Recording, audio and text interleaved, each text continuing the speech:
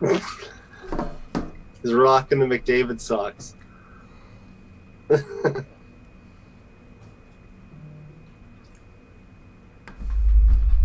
gonna fall off my chair.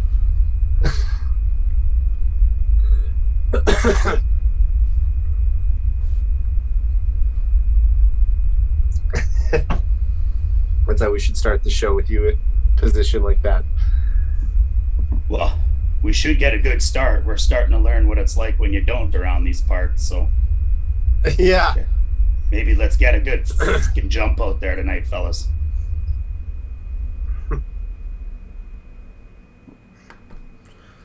Game on! Oh, game All right. on, eh? Grab the net, sticks in the middle.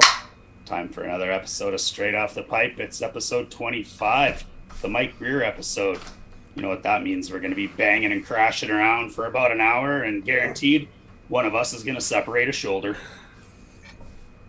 Oh, Durst, we got our friend in Porta Potty 99 up in the grandest of prairies. How you doing tonight, man? I don't know, but I see this foot. What? Oh, that's those are my nuclear socks. I don't know if you guys have ever heard of Connor McDavid, but he's not human. Yeah, that is true. And if this is the Mike Greer episode, not only are we going to separate a shoulder, but we're going to Mel Gibson style pop it back in and keep playing. So Eric's had me on his show a few times, and I think you as well, Dash. And Oh yeah, it was his biggest episode. this is Thousands of views, thousands. this is the first time we get to put the shoe on the other foot. So I'll come right out with it, Eric. Your minor hockey career. Let's take a minute and talk about that. Wow. Well, I don't. Okay, time's up. That's what all we needed, really.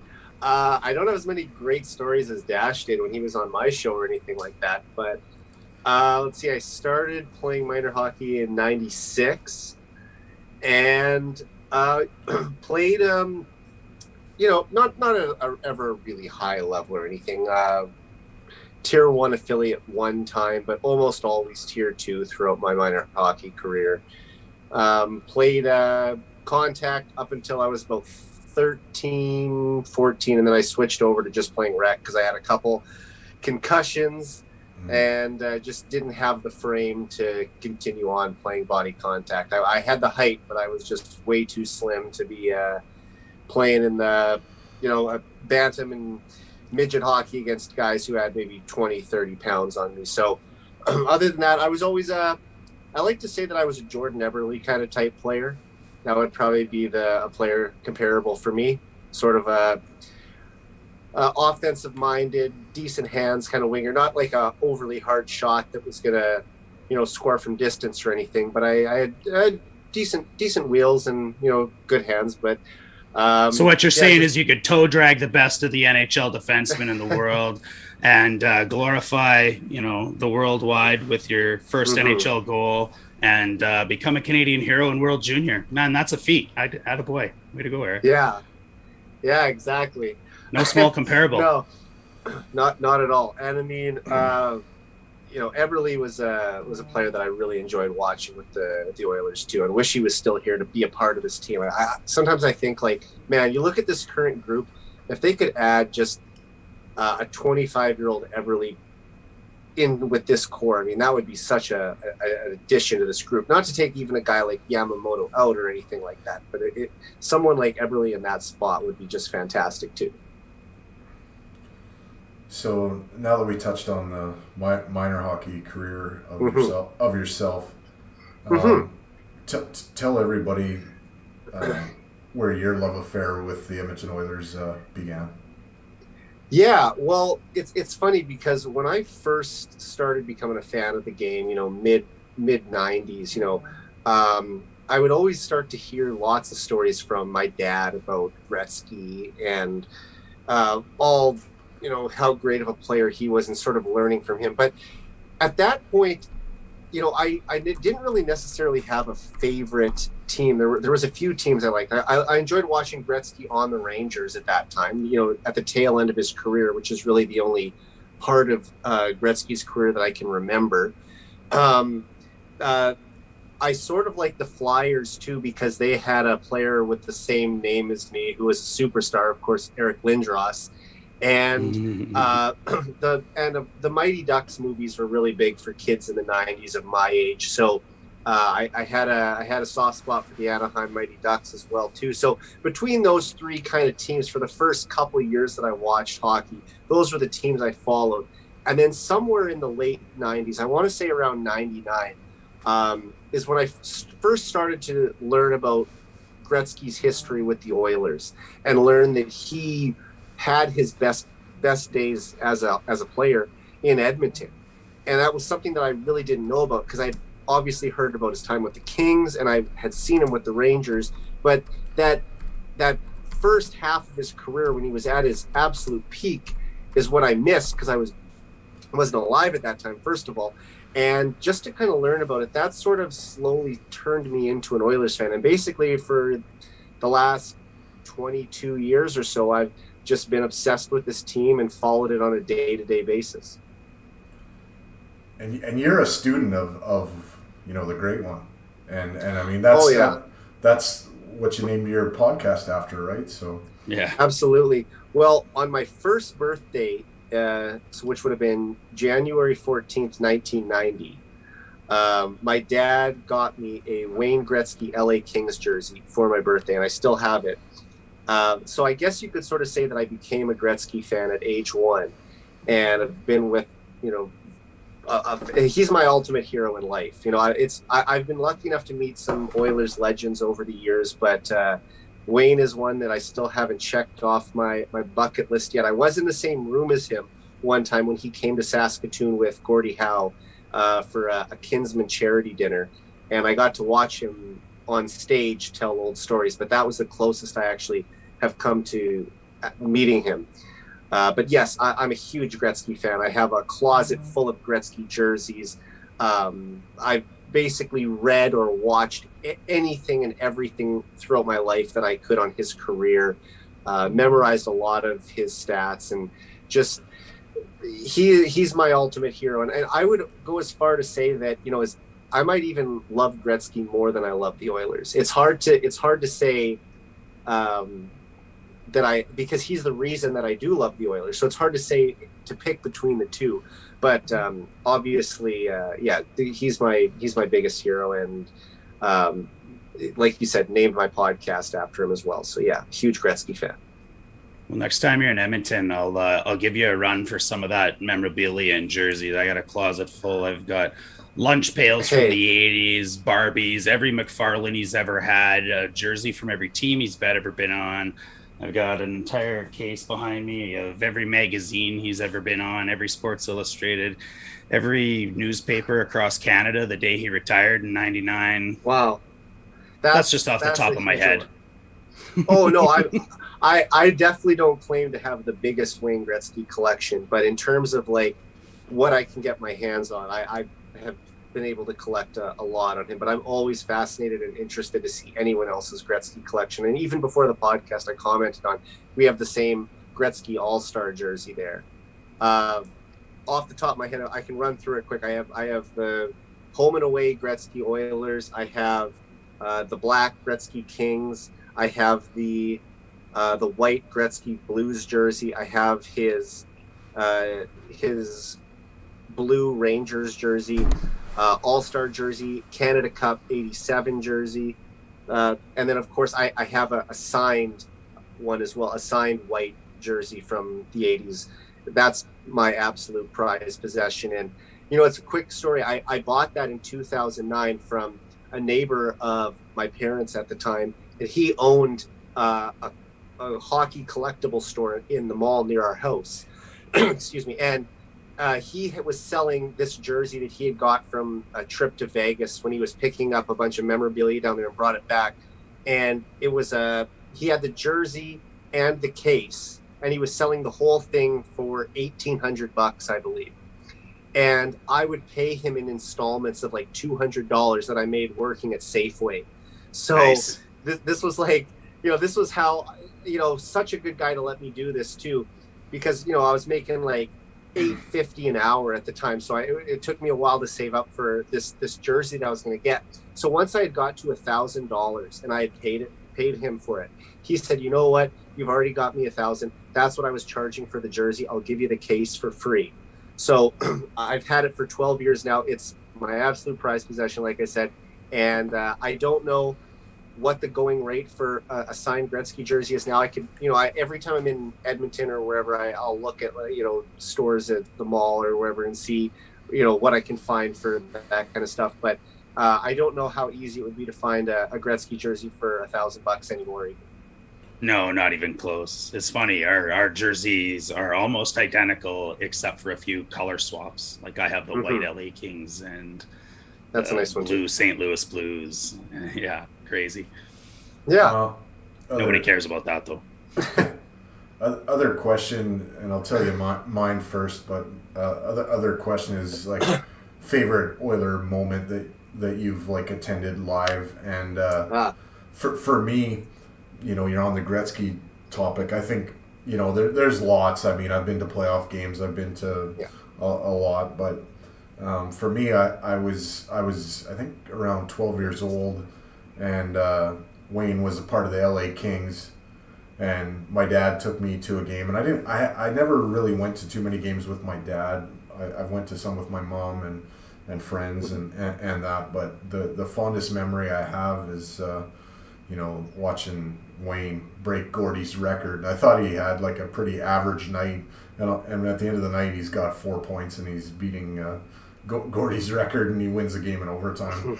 I thought it was a pretty pedestrian effort by him, and he's just on a different level than everybody else.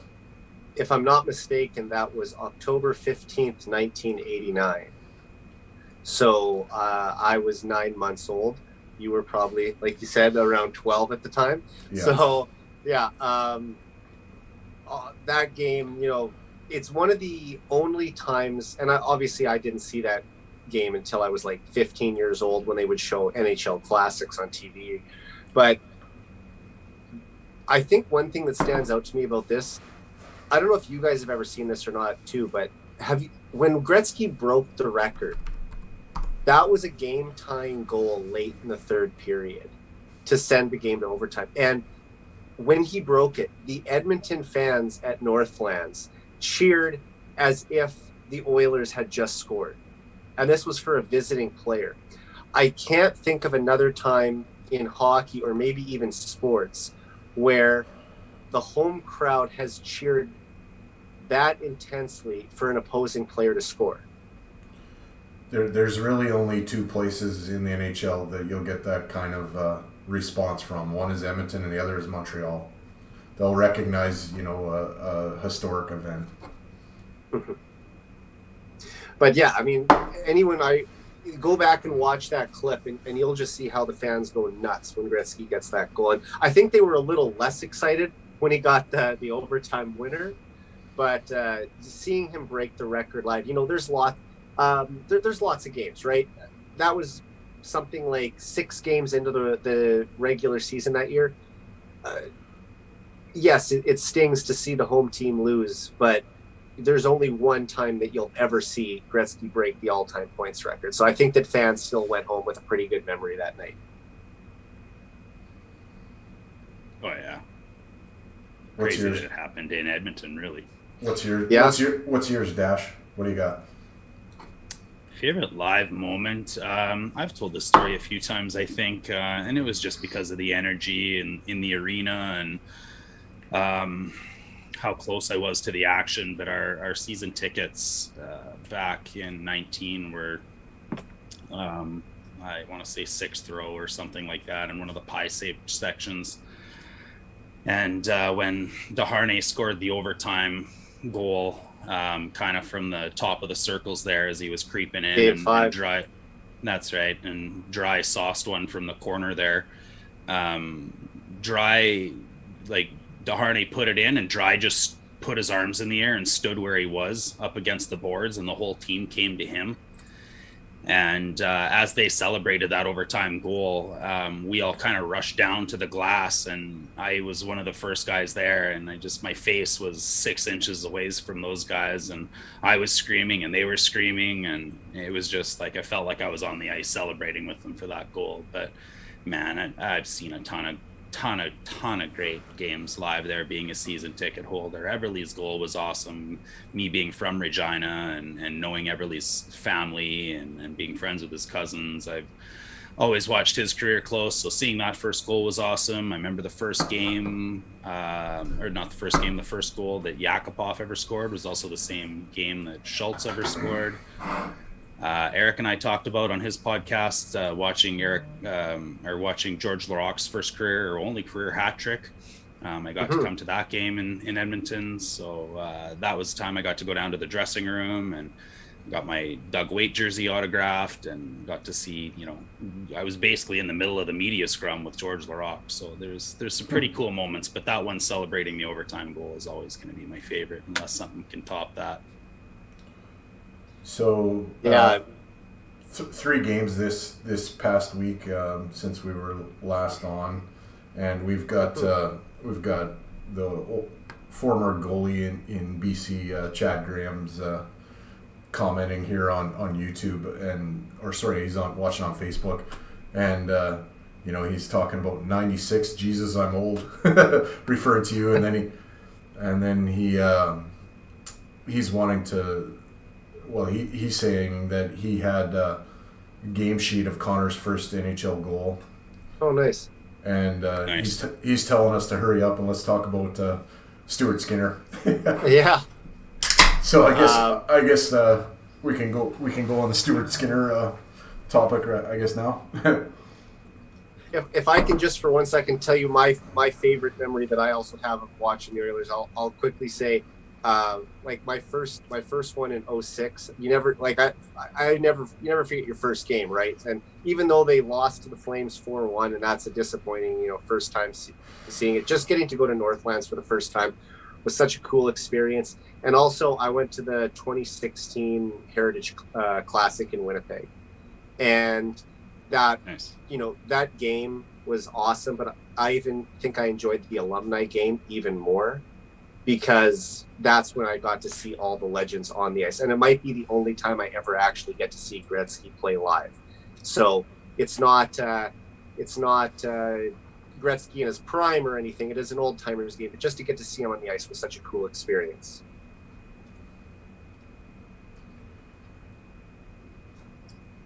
What'd you think about Skinner, Eric? How you felt about, the difference in how the team plays and how the goaltending's been between the pipes? Well, I think when Mike Smith went down in the 3rd game of the season, there was a lot of us pretty concerned at the time. I'm still concerned. Yeah. It's one of those things where that was like an issue people were concerned about in the off season, where it's like, is this going to be the thing that sinks the team? An injury to a valuable player. Now, obviously, we've not only lost our starting goalie, we've lost our number 1 defenseman in Darnell Nurse as well. And, you could argue that the way Mike Smith was playing last year, he was the 3rd most valuable player on this team behind only McDavid and Draisaitl.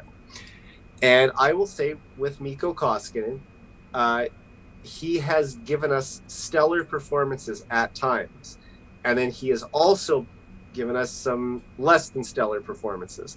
And it seems like when he does have the off nights, those are the ones that the fans tend to focus on a little more. It's just like he can almost undo 4 good games with 1 bad game in a lot of fans' minds. And maybe some of that is just track record, that he didn't inspire much confidence in the team last season. So they're just waiting for the shoe to drop. And it's like, okay, weak glove side goal again, or he lets in a first shot goal of the game. It's the last year of his contract. He's almost certainly not going to be back next season, but the guy is still, I think, 9-2 this year.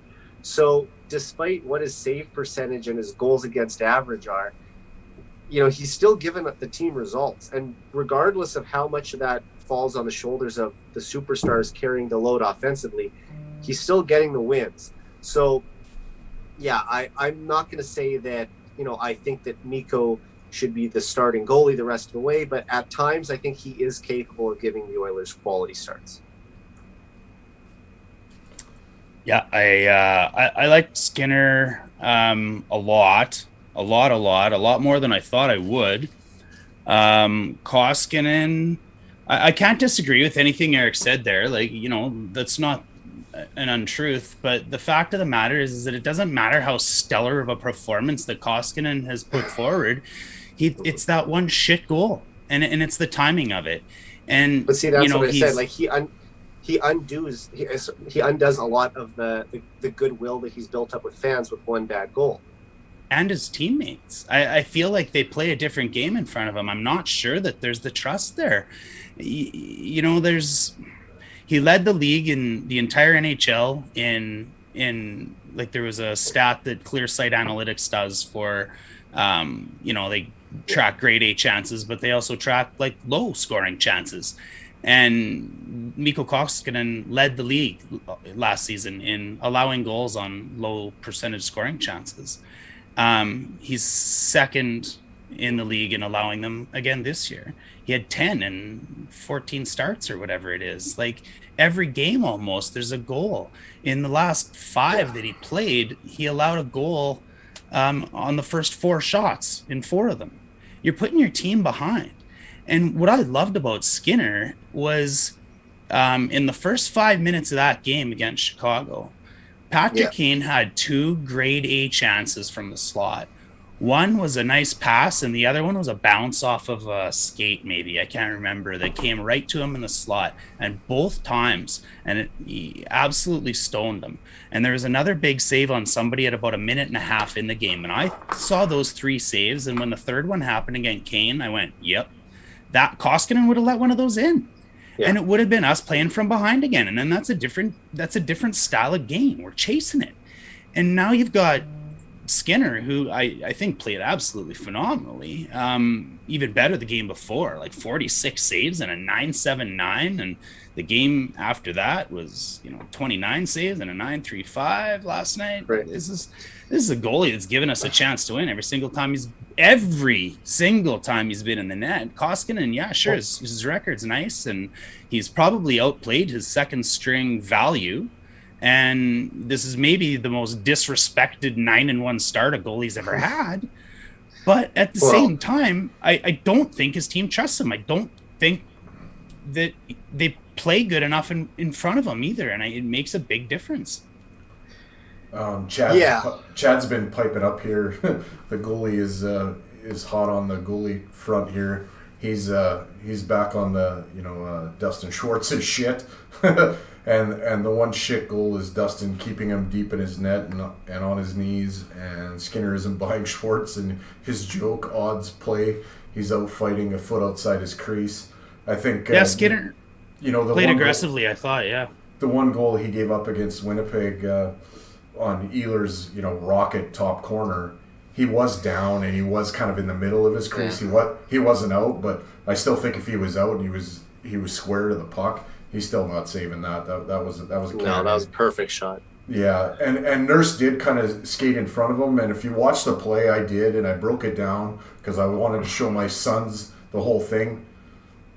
He lost sight of the puck for a second when Scheifele dropped it back and never got a chance to reconnect and pick it up.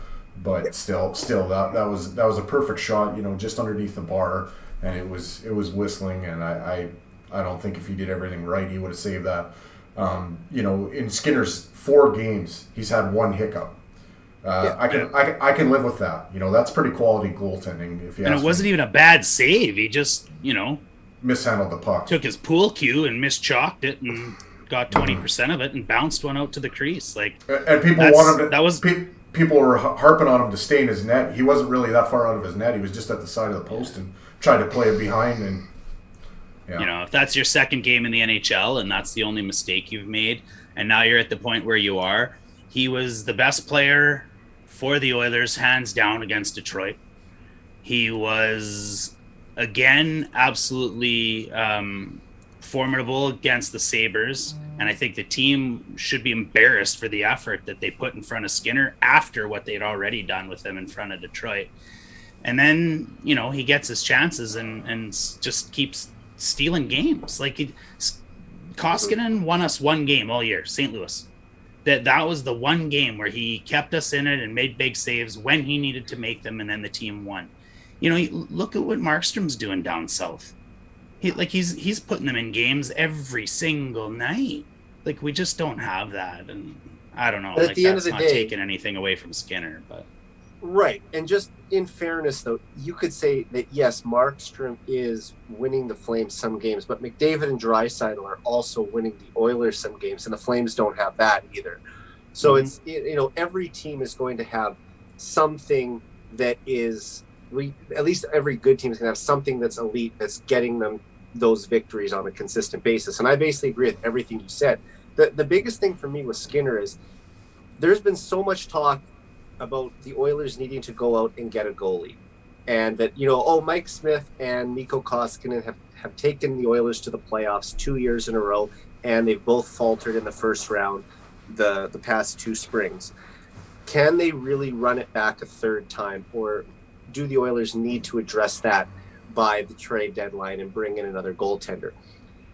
It's still so early, but can you imagine if Stuart Skinner could fill that hole, if an internal option was able to come up at under $1 million a year and be that steady presence between the pipes that the Oilers are looking for, and that they don't have to go out and spend an asset to bring in a goaltender for a rental, or even a goaltender for long term, because this is the last year that you can send Skinner down to the minors without having to clear waivers. So next year he's on the team. He's either the backup or the starter, whatever way you look at it. Mike Smith still has 1 year left.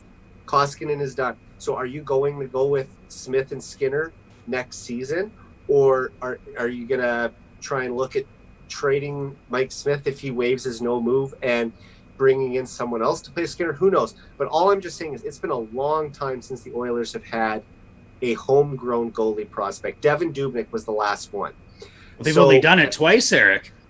Ever. That's a fact. That's become their starter. Yeah. Well, Grant Fuhr and Devin Dubnyk. Andy Moog was also a homegrown guy too, though, right?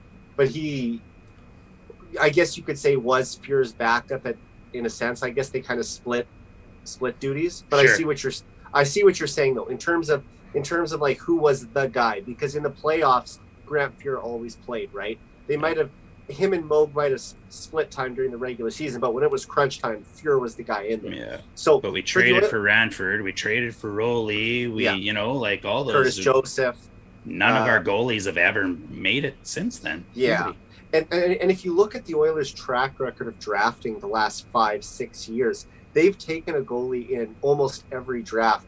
And I think the more bullets in the chamber you have, the better chance that one of them is going to pan out. Yeah. And, you're not going to have all of them, but all you need is one. And if Skinner can be that guy, then that solves a huge issue for the team. And to have a 23-year-old goalie, the Oilers haven't had a really young goalie in a while. I'm trying to think of the last time they had a goalie under 25. Like both their other two goalies are both in their 30s. It's Delorier. Yeah, but that's over a decade ago now. Like we're Mm-hmm.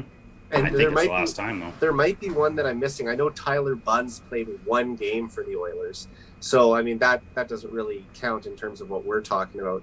But yeah, it's been a long time since the Oilers have had a homegrown goaltender, and if they were able to get Stuart Skinner to be that guy, and I'm not even saying like he has to go on some magical Jordan Binnington type run like he took the Blues on in 2019. But imagine if the Oilers actually did win the Cup this year and Stuart Skinner was the guy. What a story that would be. Well, do you remember who won the Cup in 2006? Yeah.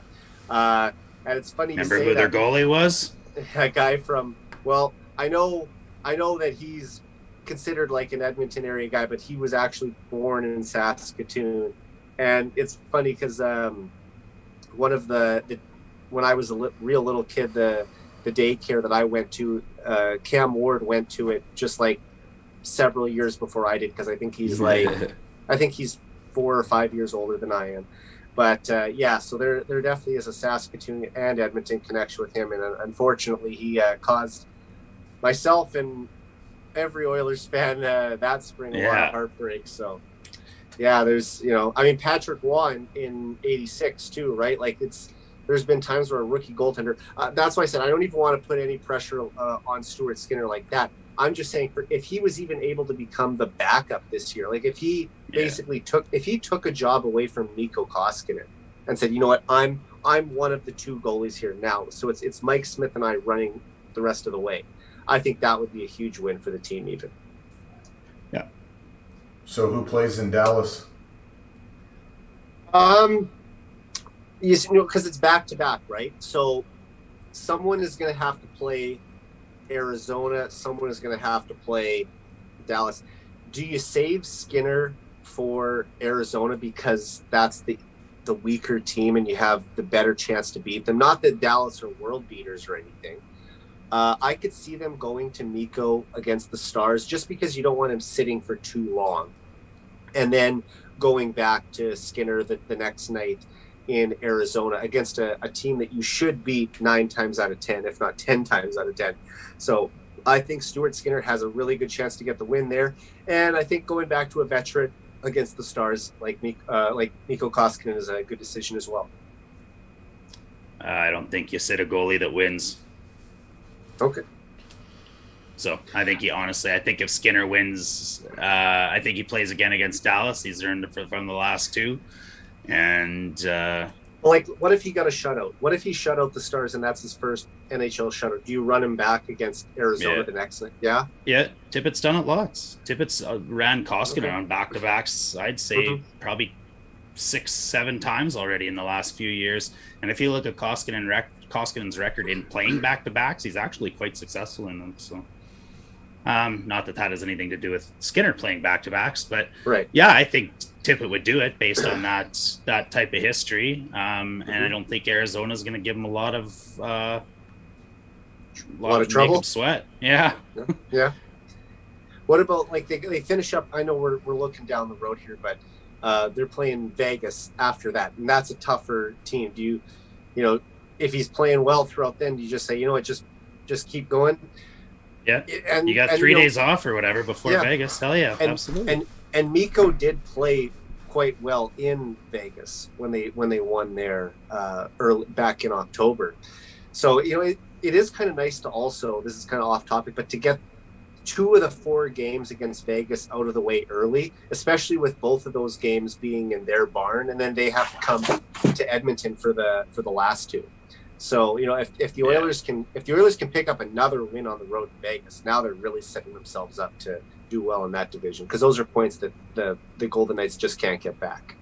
Well, and that season series might come into play at the end of the year when the standings are up to any tiebreakers, and those sort of things, right? So, thanks for jumping in, Chad. Always appreciate the goalie input and anything else you have to say, for sure. It's been awesome to see Skinner. I think his positional play has been great. I think he's been efficient. I think he's, been really, really good for us. There's a lot more goalies that have come in as rookies and won the Stanley Cup for teams than teams that have gone and traded for a goalie and won a Stanley Cup that year. Dursa and I broke down the last 20-some years of Stanley Cup winners, and I think you had to go back 25 years before you could find 2 teams where the goalie wasn't a homegrown goalie.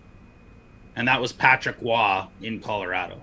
That's how far you have to go back to find the second goalie that was traded for to win a Stanley Cup. So, for us to go out and trade for Khudobin or trade for Bishop, that's happened twice in the last 25 years where someone's done that and won a cup. So, if Skinner can take it, run with that ball, man. I think he's young. He can do it. He can take the starts. Why not? So, awesome. Yeah, I thought that game against Winnipeg was phenomenal. The Chicago game was good too.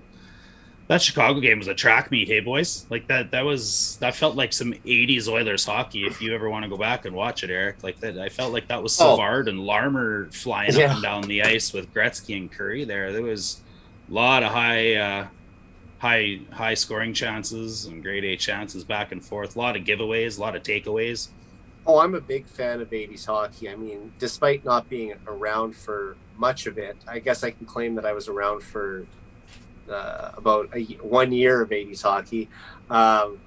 Just the creativity, the free-flowing play, how open it was, and how teams were willing to trade chances. I just love that style of hockey, especially when the Oilers played. I mean, there's never been a more creative, offensively dynamic team in the history of the game than the mid-'80s Oilers. And just to go back and watch the tape of those guys and just see just how much fun they had playing this game before there were so many defensive systems, just going out and playing, pond hockey on an NHL ice surface. To me, that's how hockey was meant to be played, and the type of hockey I love the best.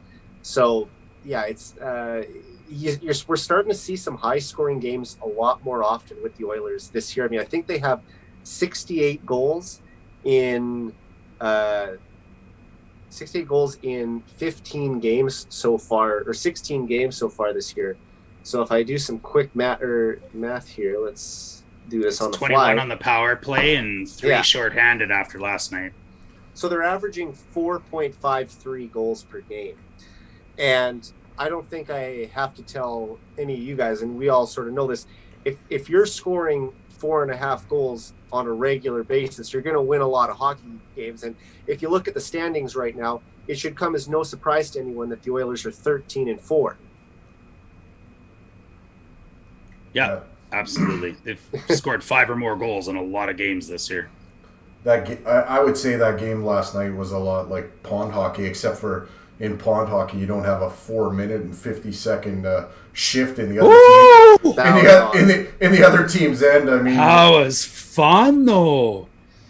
You know what was the best part about that shift too is that the Oilers were able to get all 4 lines on the ice before the and all Blackhawks 60 change. Yeah. So every skater on the opening lineup was able to get on the ice before the Blackhawks could make a change. And McDavid was even asked about it after the game. I forget which reporter asked him, but he said that he's never even seen that in junior hockey, let alone at the NHL level. So if anyone still has haunting memories of that shift against the Red Wings in 2009 when the Oilers got Strudwick and Chorney. Yeah, when they got hemmed in their own end for 5 minutes or something. No, 3:45. 3:45? Okay. Well, hopefully that this shift will be the reversal of that and kind of just like wipe away the demons. Wipe away the demons. That almost reminded me of the way the Sharks used to play. You know, they would cycle and just wear you out. And eventually you're either taking a penalty or fishing the puck out of the back of your own net.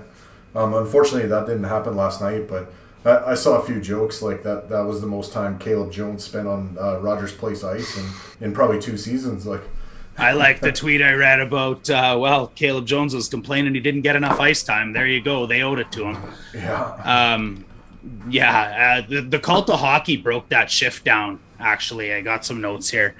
And that's why I know the 3:45 on the Strudwick Chorney, because they reference it as a comparable, because this shift here was 4 minutes and 50 seconds. I've heard it, and I've also heard 4:55, so I'm not sure what it is, to be honest. But so this shift, Caleb Jones and Murphy played 290 seconds. Caleb Jones played 16:36 on the game. So 450 of that is over 30% of his game's ice time was on that one shift. 18 Oilers hit the ice, all 4 lines and all 6D. They had the long change because it was a second period, right? So the forwards were swapping out, but the D couldn't.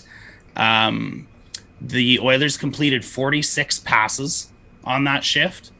And the Cult of Hockey's most they had ever tracked before this was 32.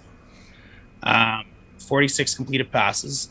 The Oilers lost the puck and gained it back 7 times, where they lost control of the puck and got it back.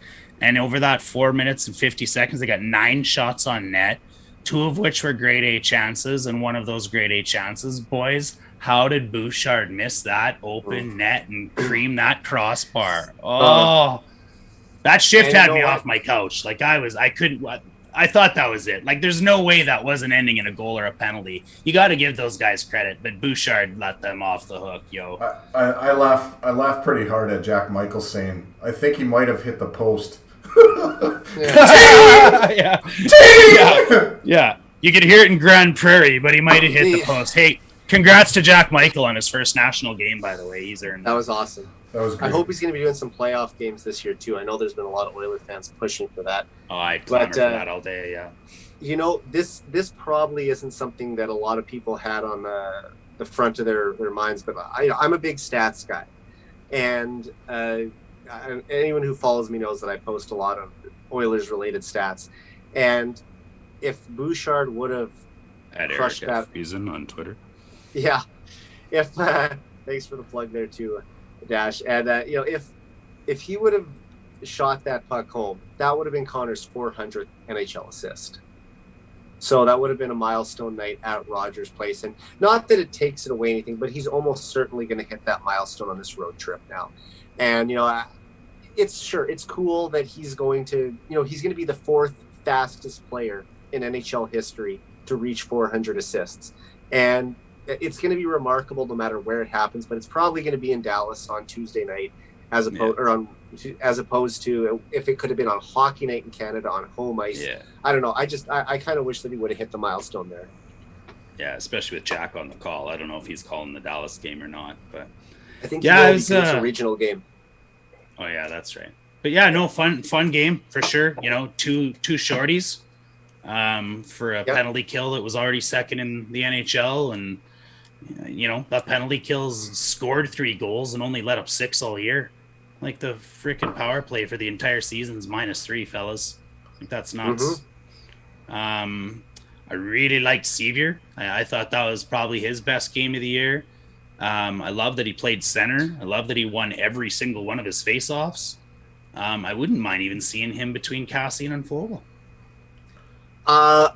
You know what? I kind of like where Ryan McLeod is right now, because I think that aside from it being one of Sevier's best game this season, it was also arguably Ryan McLeod's best game, and it was probably Warren Fogel's best game of the season, or second best game. So to have that many bottom 6 guys all going at the same time, I think you don't even touch that lineup.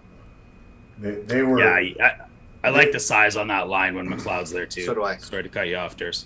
No, that's fine. They were, buzzing all night, and Fogle and Cassian, they were doing everything right. It just couldn't cash. They had plenty of chances. I mean, Cassian was all over the place, and that line was good. Yamamoto with another goal there, and he's starting to go. Seth Jones with one of the nicest passes of the night. What did you guys think of Broberg's first NHL game? You gonna go first, Dash? Go ahead. Well, he came into a tough spot, because anytime you're losing the number one defenseman on the team, you're going to have to shift around your defensive pairings. They're not going to replace Nurse. So it was sort of like we're going to have to fill in by committee instead of having one guy just handle. And I know Keith played almost as many minutes as Nurse usually plays, but you're going to have to just kind of divvy up the responsibilities. And I thought that they sheltered Broberg as much as they could, but he played a very smart, calm game for a guy breaking into the league at 20 years old. And I don't know if he's going to be here to stay or not, but that was a really good first showing from him. He picked up an assist, secondary assist on McLeod's goal. Yeah.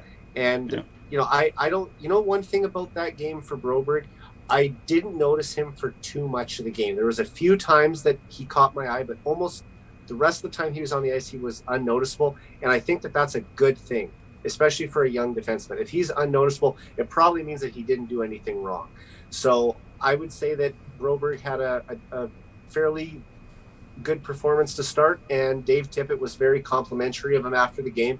So I think there's a good chance that he'll be counted on to play, in somewhere in that 14 to 16 minute range going forward as well. Yeah, what did he get last night? 16 minutes or 18 minutes or maybe somewhere in that range or something? I think they said 1440 something. Oh, okay. There was just which is so that's third pairing minutes. I had to look at the zone starts. He was predominantly offensive zone starts, so Tippett definitely had some shelter there for him. There's no doubt. I didn't see him out there against the Kane line. But that's how a guy that's playing his first game in the NHL should be entered in. I wouldn't expect him to go pop on the first pairing with Keith or anything. Hold on, I just said Keith in first pairing. I don't know what that taste in my mouth was, but it was awful. And Broberg looked a little bit Swedish, really. Like he just was quiet. He was efficient. He had a good stick. He wasn't overly aggressive, but you didn't need to be. He's got a reputation for taking big hits, and oh boy, he almost got creamed by who's that good? Oh, Goodbranson? No, not Goodbranson. Who's the guy that was paired up with Jones? Gustafson, thank you, the other G guy. I think had him on his train tracks and just missed him there. But I thought it was good. I thought it was a good game for a 20-year-old in his first game in the NHL. Glad he got a point. The other thing is, too, this guy, we have to remember, was an 8th overall pick. And he was the number 1 defenseman at the Holinka Gretzky tournament here in Edmonton in 2018. And he was also the top defenseman at the 2019 Under-18 World Championships. So those are 2 tournaments within a span of a year that he was the best defenseman in his age group. And that's why he was drafted in the top 10. Because this is a guy who's shown against his own age, he's an elite player. Now, he's been playing against men in the Division 2 in Sweden in his draft year, and then the past 2 years in the SHL. So because of that, he hasn't been able to dominate the same as he did against 17-year-olds when he was 17. He's been going up against guys in their 20s and 30s. I think that it's going to take a little bit longer to get to that level, but I like the fact that he has shown that he is a top-level player against his own age. And when he can eventually become a top player against all ages and against the best players in the world, that's when we're going to see a legitimate top 4 guy. And maybe he'll never get to the top pairing, because that is where Darnell Nurse is. And, the fact that they're paying him over $9 million a year, you hope that he's going to be holding down that top pairing spot for the next 8 years. But if Broberg comes in and he's an excellent second pairing left shot D-man behind Nurse, that's a really good 1-2 on the left side. Yeah, for sure. When that draft all went down, how many Oilers fans were just livid we didn't take a forward? And this might have been just a long play from Holland, and it for sure was. I think Broberg's a year behind probably his development where he probably should be, but he had the last year and a half he's been pretty injury riddled. Well, do you remember at the World Juniors? Sorry to cut you off too, Mike, but at the World Juniors last year, he was the captain of the team. It was his 3rd time playing at the World Juniors because he was there at age 17, 18, and 19. And he was the captain of the team last year. He had 3 points in the first game of the tournament, and then he got hurt in the second game. And he never looked the same for the rest. And basically the rest of the season when he got back to the SHL was derailed as well. And now he's come up to the AHL, where he's second in the league in assists by a rookie defenseman with 10 assists in 13 games. So he's showing that he's already a very good player at that level. And maybe he'll go back down when Nurse is ready and he'll be there for another 30 or 40 games. But I don't think Broberg is too far away from being a full-time NHLer. He's playing all situations down there with the Condors as well. Funny thing is, actually, some of the announcers down there, as well as Bruce McCurdy, calls him Broberry, because that's actually how his name is pronounced in Sweden. Yeah, Swedish pronunciation. So I think that's exactly where he'll slot. I think that's he's a good second pairing defenseman. I remember them saying that if. Mike talked about them wanting fans clamoring for them to want to take a forward. Holland was on record saying he was taking Moritz Seider if Yzerman didn't. So I think we are getting a defenseman with that pick, whether we liked it or not. Yeah, and I mean, look, would it have been great to get Trevor Zegras or Cole Caulfield at that spot too? You mean Goal Caulfield? Yeah. And I'm not going to lie, going into that 2019 draft, those were two guys that I really had targeted for the Oilers to take. And I won't say that I was disappointed by the pick of Broberg, but I was kind of surprised that that was the direction they decided to go. And especially after taking Bouchard the year before, it kind of, I didn't expect him to take another defenseman in the top 10 of the draft. But if this long play works out and maybe a guy like Zegras or Caulfield hit it out of the park a little sooner because they're forwards and it's easier for forwards to make the jump to the NHL than it is to defensemen, maybe the Broberg pick pays off years down the line, because I think there are some similarities between him and Klefbom. And look at Klefbom. He was drafted in 2011, and compare that to the player he was in 2016-17 when the Oilers were 2 points away from winning a division title and were 1 game away from the conference final. That version of Klefbom was 6 years in the making. Well, we're only 2 years after Broberg's draft. What is he going to look like 4 years from now, 5 years from now? So I think it's going to be a bit of a longer play with him, but it could pay off down the road. Something you said kind of triggered me there, because I was a guest on He Bears Oilers Live, and we had Lowtide, Al Mitchell on, and Lowtide watches every single Condors game from whistle to whistle, and has always said, and I've heard him on the radio talk about it too, that he strongly feels that Broberg is a better player on smaller ice surface. So, you talk about him dominating in the U20s and at the Helenka and Edmonton, and then going back and playing against men. He's also going and playing on a bigger ice surface. Mm-hmm. And I think that, if what Lowtide is saying is true, and I certainly trust the man, especially with his hockey knowledge, I think that has something to do with it, right? He comes every time he's made his appearances in the AHL, he's been impressive, and now here he is again. Michael, our fearless leader, is on the Facebook chat too, saying, Cut him off. Yeah, that's it. I should ban him. Broberg has a Taylor Hall type of problem. He sets himself up for season-ending hits. He almost got walloped last night. Love the kid. That's what I said earlier. But he tracks big hits. I think he's got a good future if he stays healthy. Hopefully he gets out of that. And what I'll say to that is, almost getting hit and getting hit are two different things, so he must have had his head up and dodged it last night. Yeah. He's also really good at spinning off checks too, though. I noticed that,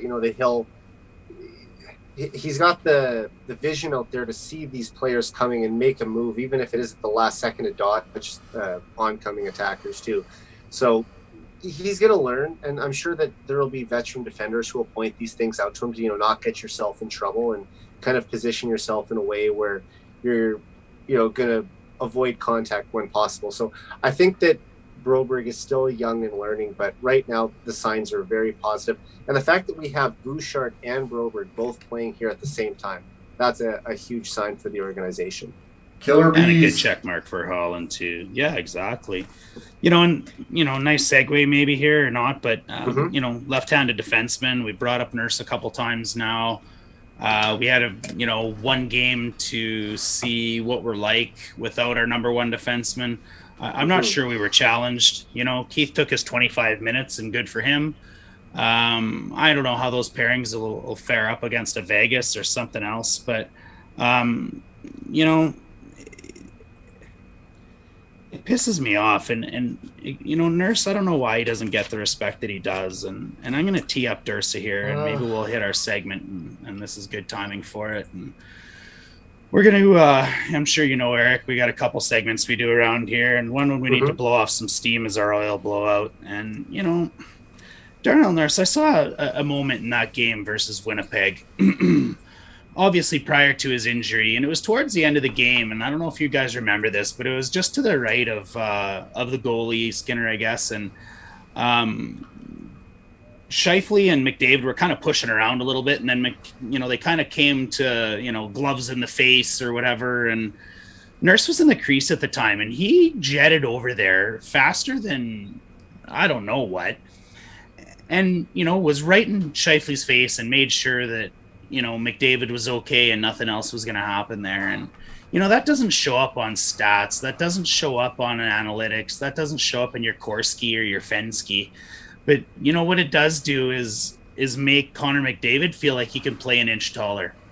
he can get in Scheifele's face because how he about knows the- Nurse is right there. And, like people that want to bitch about his contract and bitch about, I don't know, like you don't see how much Darnell Nurse provides to this team. So, oil about the blowout. hit I'm going to Connor give our threw, guest too? the first word here, and Eric, and you go blow off some steam, Yeah. buddy, because I know Durst has got a big one coming. Well, I'll just say, how about the hit that Connor threw too when his stick broke? I'm trying to remember, That was awesome. who was that? Number 23 on the Blackhawks. He put someone down on the ice. Trying to remember who Campbell, that I don't was. remember who it was. Yeah. Yeah, but blow off some steam here. Geez, I gotta put me on the spot here about something that I'm really frustrated by. That's what we do. Yeah, I feel like there have been a lot of McDavid passes that have not been converted or even just shot wide. And I'm a big Jesse Puljujarvi fan. I'll always say that. I love the kid, and he had such a hot start to the year. But I feel like recently there have been some chances that he's had good looks to put the puck home, and he's either not got all of the shot or he's missed it completely. So that's not really something about blowing off steam. That's just an issue that I would like them to, that I like. Don't you think Hyman's there too, man? I think him and Puljujarvi have pissed away a lot of chances. I feel like Hyman should have 2 goals a game. Yeah, look, when you're playing with, I know people say Leon is the best passer in the league, and maybe, he does make the most incredible passes, but Connor is still the best playmaker. He just, every time he touches the puck, he's creating something. So, yeah, you'd love to see more of those go in. I guess the one thing that I want to blow off steam the most about is the NHL officials. And it's funny, last game, McDavid drew 3 penalties. And it was the first time since 2017. So we're talking, 4.5 years ago that he's drawn 3 penalties in a game. Is it likely that he'll draw 3 or even 2 penalties a game? No. Coming into this or last night's game, I believe he had drawn 5 penalties this season. So we're talking about 5 in 15 games. So about 1 every 3 games. We all know that realistically, if the NHL officials called every infraction that happened on McDavid, he would draw 5 to 8 penalties himself a night. Is that ever going to happen? No. Do I expect 5 penalties on McDavid a night? No. Even though he is drawing them, I still don't expect it. But would I like to see McDavid himself draw at least 1 a game? Absolutely. I don't think they can possibly go a single game where he doesn't draw a penalty, because if not, they're just ignoring it. Because every single game, he draws multiple penalties. So you can't ever go a night where he doesn't. Even 2, if you get, let's say there's 8 fouls, 10 fouls committed on him a game, and the refs call 2 of them, I'm still happy with that. If they even call 1 of them, I'm moderately happy with that. And Bieksa was talking on the broadcast last night saying how McDavid needs to I like that. he needs to schmooze the refs a little bit. He needs to go over, ask them how the wife and kids are doing. They got any winter vacation plans during the Olympics, anything like that. I don't think that that's Connor's personality or whatever to go suck up to the refs or anything. But they showed him kind of smiling, joking around with the ref during a TV timeout, and that's what happened last game. He got the calls. So whatever you got to do to get him, do it, because they're clearly not calling it. And I'll also quickly blow off steam. I love that McDavid shut up John Tortorella after telling him to shut up with that awesome goal, his second best goal of the season against the Winnipeg Jets, and the little celebration. And Connor will celebrate after a big goal, but that was almost like a non-typical celebration from him. That it was like an NFL celebration, an NBA. It was WWE. That was Hulk Hogan, bro. Yeah, there's no way. He put his hand to his ear like a cup and said, "Let me hear it now. Let me hear it now." There's no way that wasn't for Tortorella. Absolutely, man. I mean, he made a reference to Tortorella during his press conference earlier that day. For sure, too, right? Yeah, exactly. So I guess I just need to shut up. Yeah, exactly. So I love that he was able to shove that down Tortorella's throat, and I hope if ESPN actually wants some ratings, I would love if someone brings that up to Torts on his next broadcast. And I don't care if Torts doesn't want to respond to it or if Torts lashes back, but build some ratings here. Like do something to like get that rivalry up. And not that I think Connor McDavid and John Tortorella need to be like enemies or rivals or anything, but that's the kind of stuff that will sell the game to an American audience that doesn't have necessarily the hockey love that Canada does. That was like verbal clickbait, man. That's Tortorella trying to stay relevant. Like he's gonna go and start telling Connor McDavid to shut up. What did you hear Stauffer popping off what McDavid has done to the Columbus Blue Jackets Tortorella coach teams? 14 in the last 6 games that he played against Tortorella, he scored 14 points. So over 2 points per game. Yeah. Shut up, Connor. Yeah, exactly. He torched you, Torts. So maybe you can shut up when you find a way to stop him. Not to mention Tortorella has a 7-minute video on YouTube that's just him screaming at referees. So, this is the guy that ran down a hallway to try to fight another coach. That sounds pretty freaking rich to be telling Connor McDavid to shut up. Broberg drew the other penalty last night, which is probably worth mentioning based on our topic as well. I want to give you one more comment on Nurse. How do you think we're going to do without him? What do you think we need to do with the deep pairings? And then we're going to let Dursa go off. He might yell a little. I like the idea of keeping Broberg with Cody Ceci until Darnell's back. Hopefully it's only 2 weeks and not 3 weeks. The Oilers have a few days off at the end of the month, which is nice that their schedule is actually allowing them time for Nurse to get healthy. Mm-hmm. And maybe this little extra break will actually pay off, where Nurse has been used to playing so many minutes that he'll come back refreshed from this. So I'm trying to look at it from a positive perspective there. But I think who would have thought going into the season that we would say, okay, Cody Ceci is going to be our veteran, steady, reliable defender. But that's not this guy. But he is the guy who you would probably on the left side. If you look at I would love to have Bouchard play with Broberg down the road, but I think that it's too soon to have those guys, because Bouchard only has like 35 NHL games under his belt.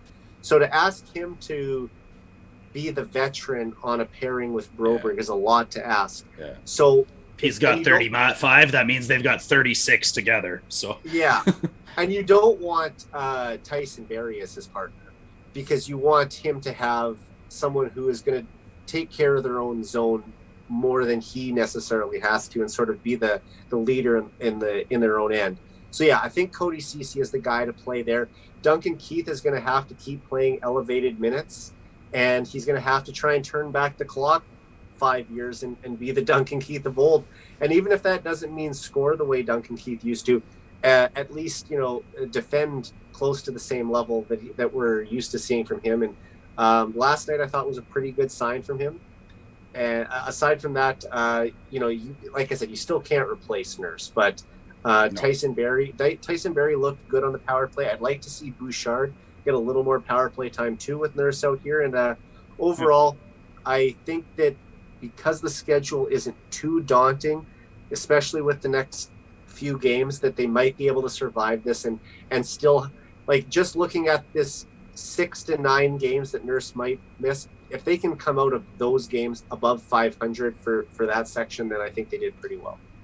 Yeah, I would agree. I think, that's the only bright side of this, is that the schedule is a little bit in our favor. Durst and I talked earlier in the season on a podcast episode about Nurse potentially being the most vulnerable Oiler to really, really do damage to our team and hurt us if we lost him. We've got 2 capable goalies, we've got 3 capable centers, but Nurse was kind of that one guy that did something unique, and I think his intangibles are unique, and I think Oiler Nation is going to find out how hard this team is going to have to replace him. Well, think about how much he used to fight. I mean, do you even want like, if someone said how many fights would you like Darnell to take in a year? Would you say 3? Would you say that's even too many? Dubois challenged him the other night and he turned it down. The answer to that question for me is only when you absolutely have to prove a point or do something that needs to be done, like Jerome McGinley style. He's too valuable to be in the penalty box, man. Penalty box, or worse, breaking another finger. Yeah, exactly. Yeah. Durst, what do you think the fans are all right feeling in terms of Darnell Nurse? What do you think we're in for, buddy?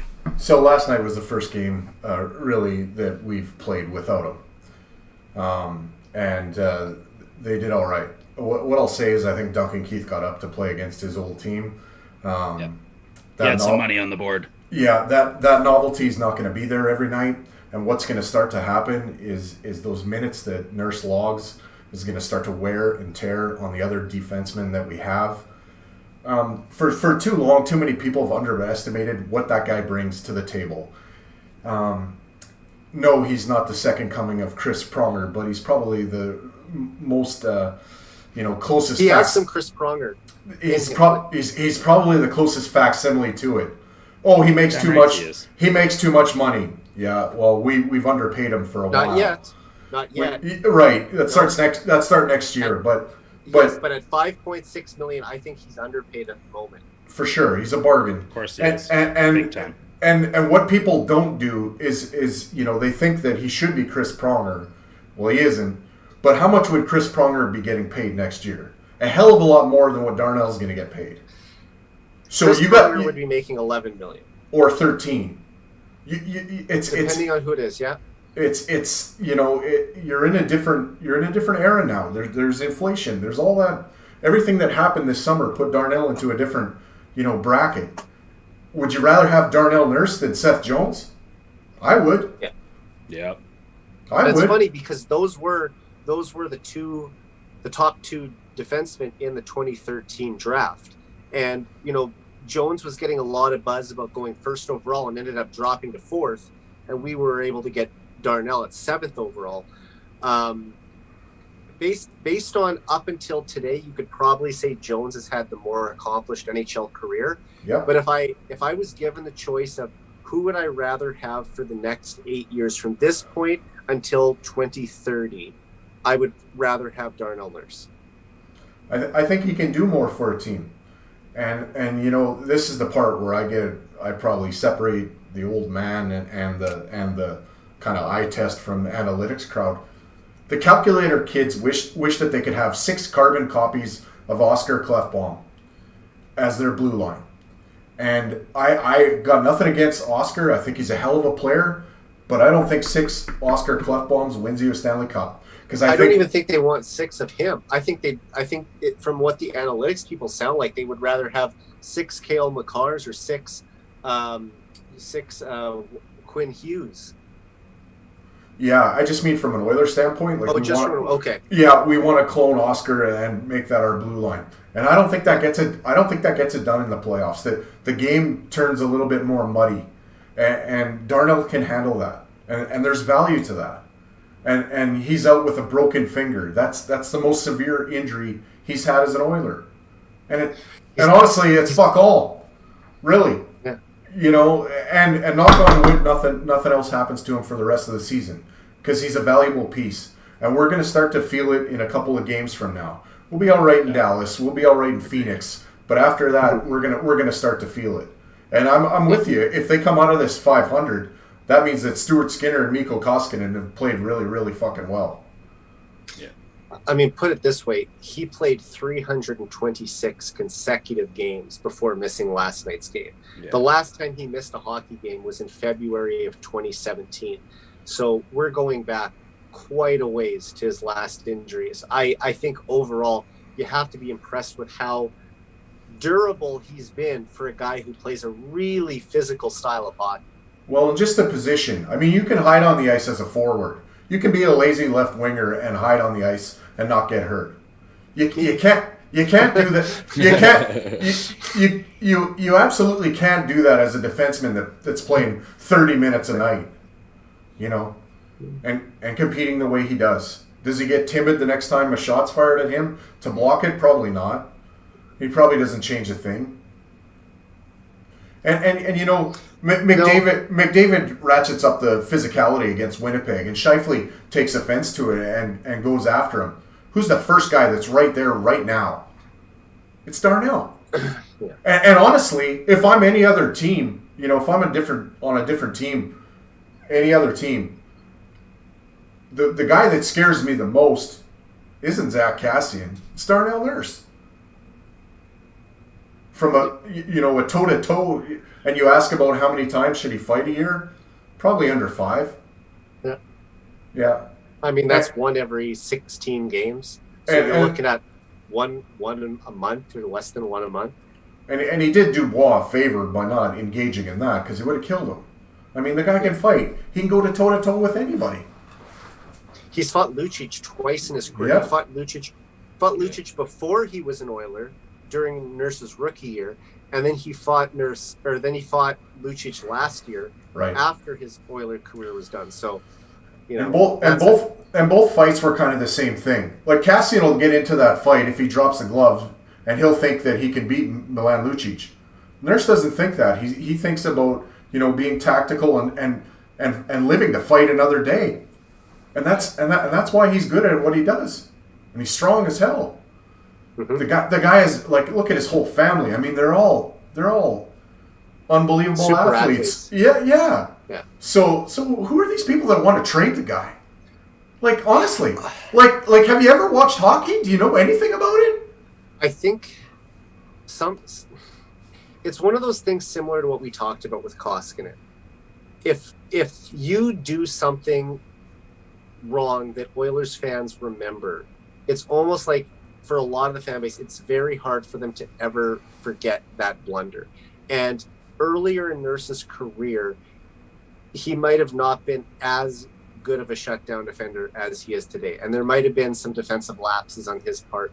And it seems like there's this image people have in their head of a player, and that is the image that they're always going to have for you, and they'll just never lose it.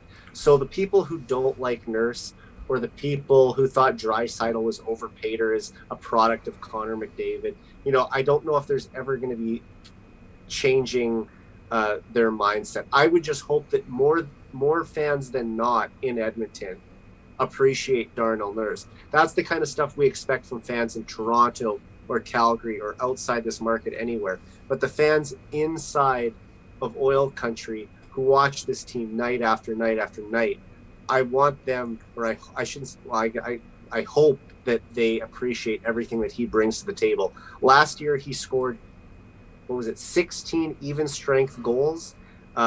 He was on pace for, I think, over 50 points. This is a guy who has the capability of not only being a top point producing defenseman, but also being solid in his own zone. I think this year, on his behalf, there's recognition that as much as he was pushing for offense last year, this year I think he realizes that he has to be more responsible in his own end, and he's not going as much. The one thing I'll say, Eric, to your point about the mistakes, probably the greatest defenseman in Edmonton Oiler history made a shit ton of mistakes every night. He's undisputedly the best defenseman in Oilers history. Chris Pronger might be the second best talent that the team ever had, or some people even say the best, whatever. But in terms of what defenseman had the best career as an Oiler, it's undisputedly Paul Coffey, and I know exactly what you're saying. He made as many blunders as he did amazing plays, but there were more amazing plays that ended up in the opponent's net than blunders that ended up in the Oilers' net. Yep.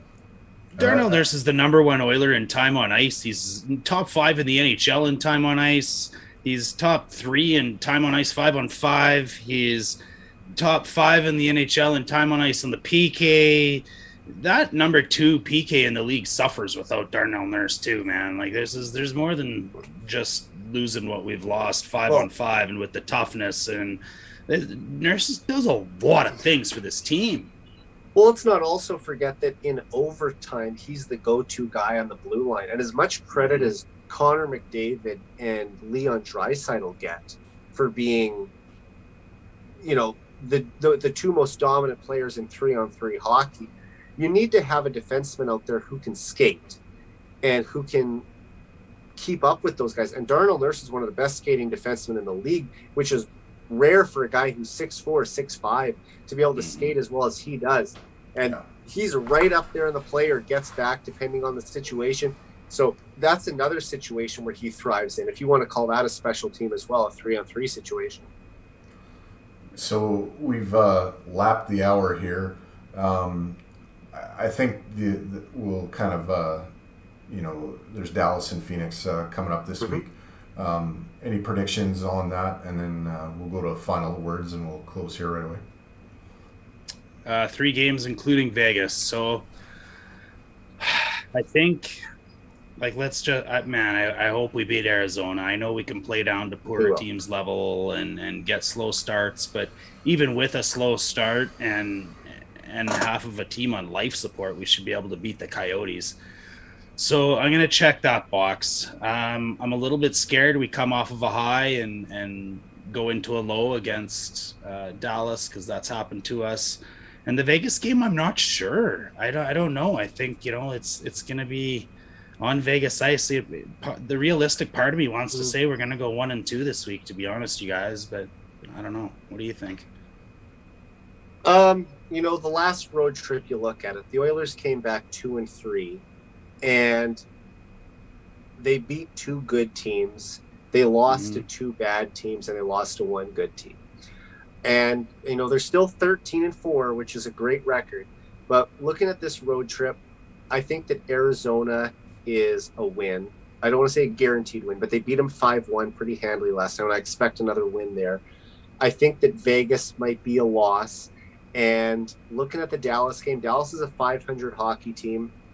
They're not world beaters, but they are a team that the Oilers at times have had their issues with, but then they've also beat them as well in recent years. So I will say that game is a toss-up, but I'm going to hope that the Oilers come back with a 2-1-0 record. I hope you're right. I think that's the case, but I think the game they drop is the one in Dallas. Hopefully I'm wrong, but Vegas has a lot of people in sick bay right now, so I'd rather them lose. I don't want them to lose ever, but I'd rather them lose to a non-divisional opponent. So for sure. if they had to lose one, I guess that'd be the one. Yeah, and it wouldn't surprise me if they actually ran the table here, if they get the solid goaltending that they have. That's a key to it all. I mean, I don't see McDavid and Draisaitl, doing anything different than they've done all season, which is torch everybody. Right. Yeah. I think that, and there's other people here that are just starting to get going with Cassian and Fogle and McLeod. That line was starting to do some things. Even the fourth line was starting to go. Yamamoto's caught fire, and I think there's 2 other guys that are waiting to get going in Puljujarvi and Zach Hyman. They're due. So I'm not petrified of the D yet. I think as it goes on a little bit without Nurse, that's when they'll really start to feel it. But I think the next couple of games they'll be able to tread water. Well, hopefully it doesn't go on too long. That's the key, right? Yeah. Any final thoughts there, Eric and Dash? Well, Struddy appointed my wife a guest ghost analyst who will never show her face, but opinions always pop up here. And she told me pretty confidently that she thinks they're going 3-0. So let's hope she's right on the podcast. Let's hope that we're saying next week on the podcast that she was right. Eric? All I just want to say is I really appreciate you guys even having me on the show. It was a lot of fun to get to talk hockey with you. Like I said, I've done 3 podcasts with Dursa before on the 99 Forever show, and I had you on as one of my most recent guests, Dash. So, yeah, it's just great to talk to both of you guys, and you're both welcome to be on my show again sometime, and I'd love to come back and be a guest on this show as well. Hey man, it's our pleasure. You're the heavy hockey editor-in-chief. You're the franchise, Eric the Ice Friesen. Good to have you on, buddy. Yeah, I give the chief to the title to Michael. He's the one who makes everything work behind the scenes. And no. It's a guy with a mask on behind a curtain. Bear has no word in this thing whatsoever. I'm telling you, nobody knows who runs this thing. It's crazy. I see, but Bear's just honestly, a peon. Yeah, but no. Hopefully, I can come back and talk again. You guys have both written, some good stuff that I've enjoyed reading, and hopefully we'll have more articles out from you guys as well, and talk some more hockey, and hopefully this episode does well. Yeah, so we will definitely have you back, Eric. And the other thing that's going through my head is Stuart fucking Skinner. Maybe we found our own Jordan Binnington. Thanks again, everybody, for listening on YouTube and Facebook and on Twitter. And like I always say, keep your sticks on the ice and keep reaching for the stars. Go Oilers, go! Maybe 3-0 next Sunday when we see you again. Bye for now. Go Oilers! Get it going! Can't lose to the Stars and the Coyotes. Steamrolls of fools. Hey, we get up for the big teams. Could be a good one against Vegas. We just need to roll over the next two. That was awesome, guys. Thanks for tuning in, everybody. See you Sunday.